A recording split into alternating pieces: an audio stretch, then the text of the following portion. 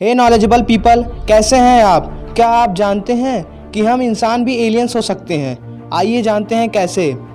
इस वीडियो को समझने के लिए आपको हाई लेवल थिंकिंग की ज़रूरत पड़ेगी, इसलिए आप अपने आसपास की सारी डिस्ट्रैक्शंस को बंद करें और इस वीडियो पर पूरा फोकस करें। So without wasting any time, let's get started. क्या आपके मन में कभी ये सवाल आया है कि पृथ्वी पर ही जीवन क्यों संभव है और क्या कोई और ग्रह है जिस पर जीवन संभव है। दोस्तों, जब से पृथ्वी पर जीवन की उत्पत्ति हुई है तब से हर एक जीव को जिंदा रहने के लिए ऑक्सीजन की ज़रूरत पड़ती है। कुछ वैज्ञानिक तो ये भी मानते हैं कि पृथ्वी पर जीवन की उत्पत्ति गलती से हुई है, पर घबराइए नहीं, अभी इस पर रिसर्च चल रही है और जब ये रिसर्च पूरी हो जाएगी तो हम आपको खबर कर देंगे। खैर, आगे बढ़ते हैं। अगर मैं आपसे पूछूं कि जीवन जीने के लिए ऑक्सीजन की ही ज़रूरत क्यों पड़ती है तो आपका जवाब क्या होगा। ऑक्सीजन के बिना कोई भी जीव जिंदा रहने की सोच भी नहीं सकता। जिस प्रकार पृथ्वी पर जीने के लिए ऑक्सीजन की ज़रूरत पड़ती है, उसी प्रकार किसी और ग्रह पर जीने के लिए किसी और गैस की ज़रूरत पड़ती होगी। अगर आप इस चीज़ को नहीं समझ पाए तो आइए अल्ट्रा वाइड एंगल से समझते हैं।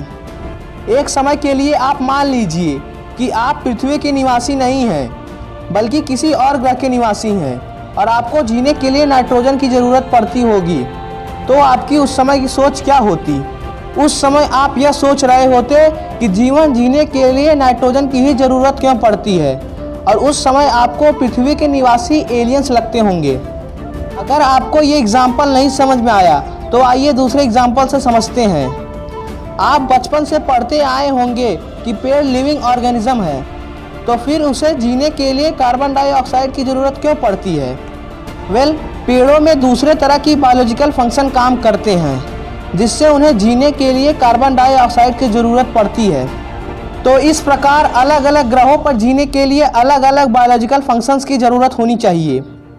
जब भी हम हैबिटेबल प्लैनेट की बात करते हैं तो हमारे मन में एक ही सवाल उठता है कि वहाँ पानी कितना है और कितना % ऑक्सीजन है।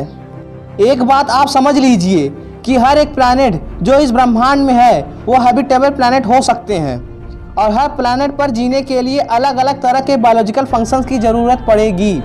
आई होप जो मैं आपको समझाना चाहता हूँ वो आप समझ गए होंगे।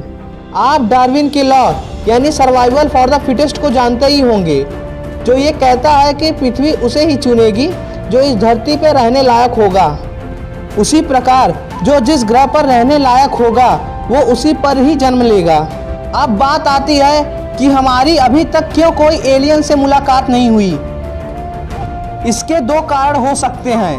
पहला, एलियंस अभी तक उतना डेवलप और एडवांस नहीं होंगे जितना हम हो चुके हैं, और दूसरा, वो हमसे इतना दूर होंगे कि वो अपनी बात हम तक नहीं पहुंचा पा रहे हैं। बस भाई, आज के लिए बस इतना ही। अगर वीडियो अच्छा लगा हो तो इसे लाइक करें, शेयर करें और चैनल को सब्सक्राइब करना ना भूलें।